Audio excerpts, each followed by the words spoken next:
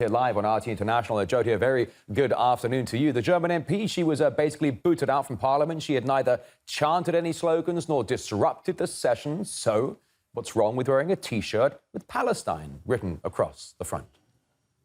Well, it's a very good question, isn't it, Rory? Nice to be with you again. You know, the Iranian commentator there said this is a case of systemic hypocrisy, didn't he? Well, that's a massive understatement, really. And if you look at the fact that so many of us in the world have been kind of condemned to this awful situation of watching a genocide in real time for 20 months and feeling utterly powerless because of the way every avenue of opposition is systematically blocked by those who are facilitating this genocide.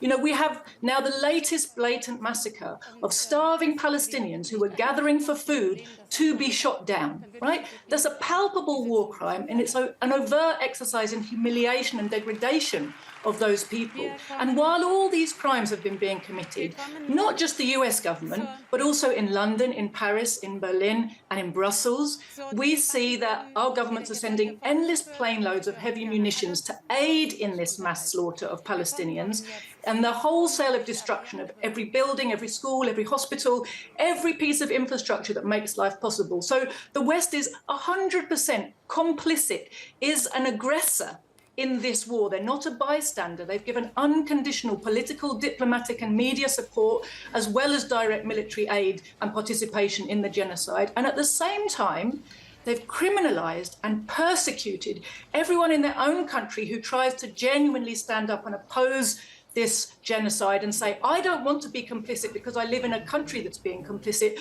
We, the masses of the world, don't agree with what's happening. We want it to stop. And because they see this complicity, at the same time they're seeing these crimes being enacted, people are being forced to ask why? Why is this happening? And they're questioning the roots and the purpose of Zionism and of the Israeli settler colonial state in a way they never did before. And they're starting to realize something, which is that the so-called Palestinian-Israeli problem that we've been presented with for decades has got nothing to do with religion. It didn't start on the 7th of October 2023. It didn't start even in 1967 or 1948. It started with the invention of Zionism and the decision to found a settler colonial project in Palestine. And both of those began in Britain. British imperialism is the inventor of Israel. Israel is backed by US, British and European finance capital because it serves their interests of dominating the region, controlling its oil, controlling its people. And actually through dominating the oil of the Middle East, the imperialists try to maintain their domination of the whole world.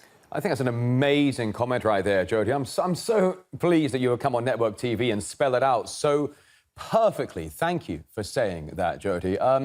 I mean, look, I've seen some pretty small-scale demos in some parts of Europe, people being pro-Palestine, anti-Israel. But, you know, Germany's official stance really closely aligns with Israel. Of course, we've got the new leadership in Germany. Do you think Merz is listening to the taxpayers at all? Or who is he listening to with the continued pumping of weapons, for example, to Israel?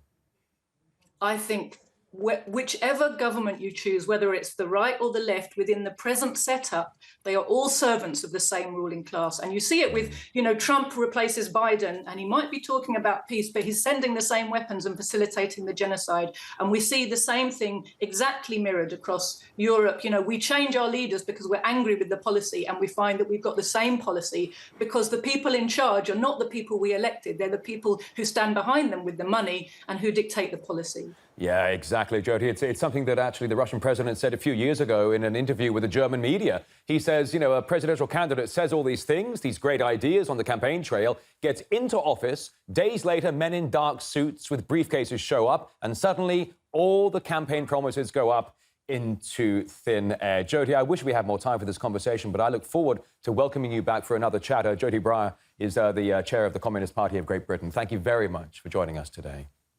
Thanks, Rory. Thanks.